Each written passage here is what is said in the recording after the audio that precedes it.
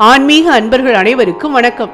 இன்னைக்கு நம்ம பார்க்க போறது ஆண்டாள் அருளிய திருப்பாவையின் 30வது பாசுரமும் அதன் பொருளும்.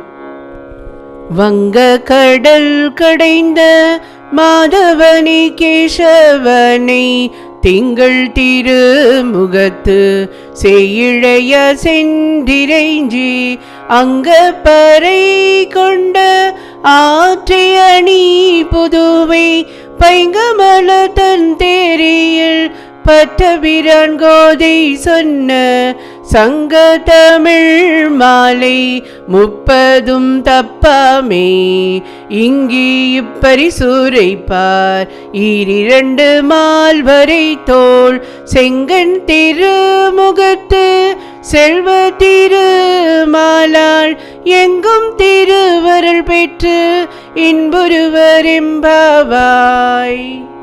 அலைகள் நிறைந்த பார்க்கடலை கடைந்த மாதவனும் கேசி என்ற அரக்கனை கொன்ற கேசவனுமான கண்ணனை சந்திரனை போன்ற அழகு முகம் கொண்ட அணிகலன்கள் அணிந்த பெண்கள் சிரமப்பட்டு தரிசித்து பாவி விரத பலன் பெற்ற விபரத்தை ஸ்ரீவில்லிபுத்தூரில் பிறந்த குளிர்ந்த தாமரை போன்ற முகத்தை உடைய பெரியாழ்வாரின் பெண்ணான ஆண்டாள் இனிய தமிழில் 30 பாடல் பாடி பாமாலை தொடுத்திருக்கிறாள்.